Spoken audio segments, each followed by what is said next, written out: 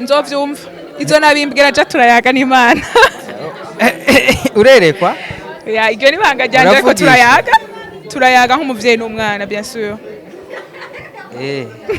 kumenya navyo wemeye niko numvise wisuku w'ifteri ariko umuntu wese akarankurikirana ni wayiraba ntuzokwanke uyu muntu ntuzokwanke jewe uzokwanke umuntu wese w'ikinebwe mu rugo twaruka kubona amajambo Chimamanda Moses yanditse aragukunda hari murasanzwe mumuzinanye canke nivyo yanditse uko gusa je namukunda gose ndaramwemera arabizi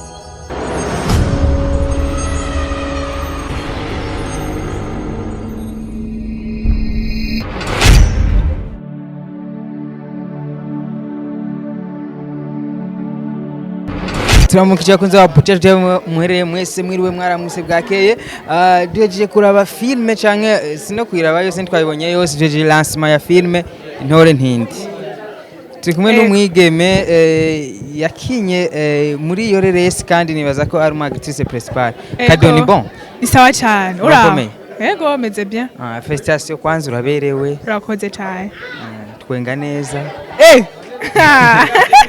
urakoze niwe byanka kandi ari byo mwese byanse bivuye iwawe ndabyemeye nibona katwenga neza abakunzi bacu Kado numwe mu bashuwe gukina muri filime Intore Ntindi mwakoze igikorwa cyiza cyambere na mbere urakoze ego kubera iki biyumviriye Kado muri filime Intore Ntindi ivyo onye ahanini wibaza Mede ariko nibaza ko nk'umurealisateur araraba umuntu aba yaranditse akaraba umuntu yoshobora gukina neza iyo hore aba yaranditse ira peut-être rero yabonye yuko agafyeri no gashobora ashobora yahitamo je ni Kado yakinye ari Madame SABBAS yego kubera iki gukinira umumama mu gihe utari umumama nibaza ko utari umumama nibaza ko ari abajene mariye muvyo nabonye kuko se yabwaronka umwana nibaza ko rega ndageze vraiment nubwo nafise umusheri nubwo tutabeze neza nibaza ko ndageze urugo nibaza ko byasa nabi kubona ari umugore wa SABBAS yego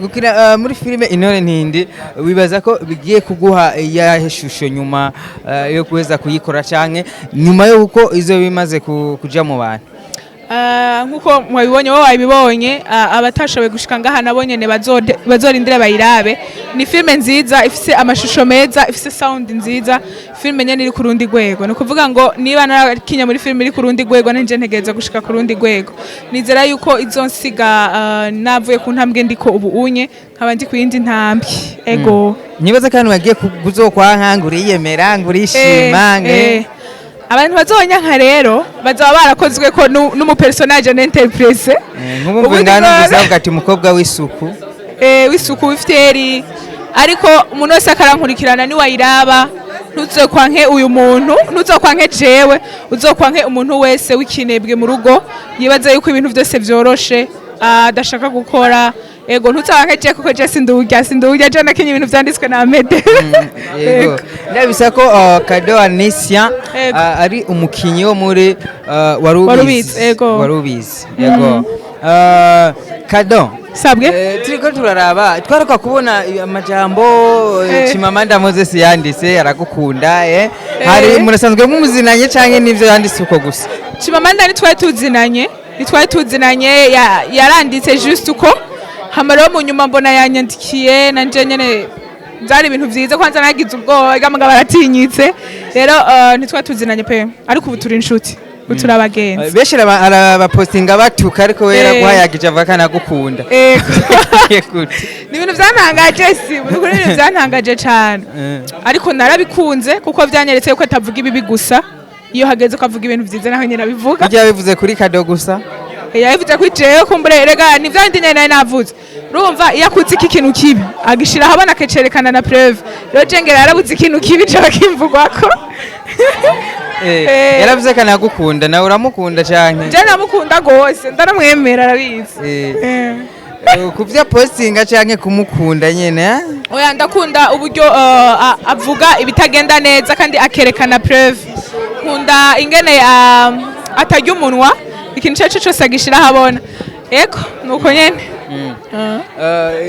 Kado Amedira avuze ko mukiganda tweka gukorana yavuze kuko uri mushikiwe ego ndi mushikiwe. yatubwiye ko atarazi ko ufise impano nk'iyo ufise kubera iki warinze kuzunguruka muri wari ubizi mugihe wari ufise musaza we hafi na hafi yari kugushikana ku ndoto zawe n'ingoga. Ego jewe rero sinkunda guprofita ngo ni kubera ngo nzinanye n'umuntu ngo muri famille ngo ibikice nitwaza famille. Naravuze ati reka mbanze ngende nkore ngira umushinge hama rero nje nzogenda kumusaba ubufasha ndamwereka aho ngejeje ati nyongereza ko apana ko ngenda nitwaje ngo rukubera ngo ari uwo muri famille. Hama rero Imana yaramfashije ntago nigeze nja kumurondera ahubwo niwe yandondeye yarabonye impano yanje arampamagara. Kandi wose ngo ujya kumurondera yatari kwemera gati we. Nizo nanje navuze ati reka yava yumvira ko ndiko nditwaza reka ndamwereke vy'ukuri ko mfise impano. Witwaza imiryango. Ndio byatumye uvuga ati jengera mandanye muri warubizi mpaka azondondera. Ego. Rero urumva yarankinishije muri ntawe yagiye ego none nubu no muntore ntindi yarandavye aravuga ati ingo ukine ino role uno mu personnage yitwa Keti. Ni muri warubizi hariyo abakobwa benshi cyane ariko komenga niwe tubona cyane kubera iki? Ego bon hariyo abakobwa benshi nivyo. Ndakubaje ati ni kubera iki nivyo shaka kunyishura. Impamvu rero sinza kuyimenya gusa kimwe nabonyene baraboneka babonyene barahari mu mafilm agiye atandukanye hariho abakinye muri Manjanja ndibaza barabonye. Ego nukuvuga ngo rero nje niba ndiko ndaboneka naguye cyane kubera ko peut-être nakinye role principal iyo akinye role principal ugaruka kenshi. Ego cyonyene novuga cyo cabitumye nta kindi. Uretse kuba ukina ibindi kora muri warubizi nibihe? Sa uretse kuba ukina ibindi kora muri warubizi nibiki ko warubizi ndazi ko ari ikintu caguse kiri mu bintu byinshi.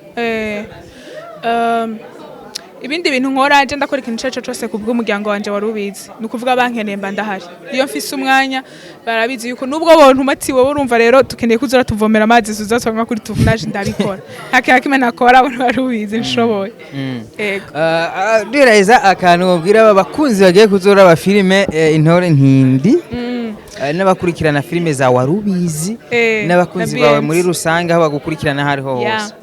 Bakunzi rero muko murankurikirana iyi filme nimwayiraba muzorabe ahanini ubutumwa natanze apana ntimuzava mu nyima ntimuzava mu nyankango ndabasaba amazi muyanyime ndabasaba udufungwa mutunyime ngo niko ako nishima canke nirata ni ubutumwa natanze kandi umuntu wese ameze nkuko nakinye ndi wihanure nukuri ukunda umuryango kandi ukorere ureke ibintu vy'ugufitina n'ifyeri gishi nirikenewe cyane ubwiza ntibuhagije ubwiza bwo kumbira ntibuhagije bisaba ko uba umugore ashitse mu rugo neza ukitaho umuryango ukitaho umugabo wawe ukitaho ibintu vyose kandi nawe ukitaho. Ivyo bizi guturi nakinye filme irimo impanuro za gutyo je novuga ko nanje naronkeyemwe impanuro ninubaka nibizonshikira.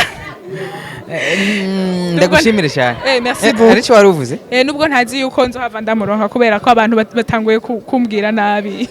Batanguye kuvuga ngo batanguye kubaza ko ari kondi ariko ntago ari kondi. Oya uzomuronka akuzi bisanzwe atakuzi kubera film. Kumbure. Gusa nabonye abakinyi ba filime benshi baba batarubaka kenshi bakunda kubaka ku bantu bababonye kubakana n'abantu bababonye muri film. Abafana. Nawe nivyo witeze? Oya je ndarindira Imana uzompa ndazi ko zari mwiza uzompitiramo. Uzomenya gute ko ari Imana yamuzanye? Jewe nzovyumva izo nabimbwira je turayaga n'Imana. Urerekwa? Ya iryo ni banga ryanje ko turayaga nk'umuvyeyi n'umwana bien sûr. Kumenga navyo wemeye. Niko numvise biri compliqué, biri complexe. Oya turafise yo nuko nyane bibiri. Wenu bari sawa vraiment. Ndagushimire cyane tuzoganira neza vyiyaguye ku kazi ku gikorwa. Ego. Naho usanga hari n'ibindi dusangiza nyene nk'umwigeme yitahuye. Ego. Urakoze cyane murakoze kuri kano kanya namwe mu mpaye ndabashimiye. Merci beaucoup.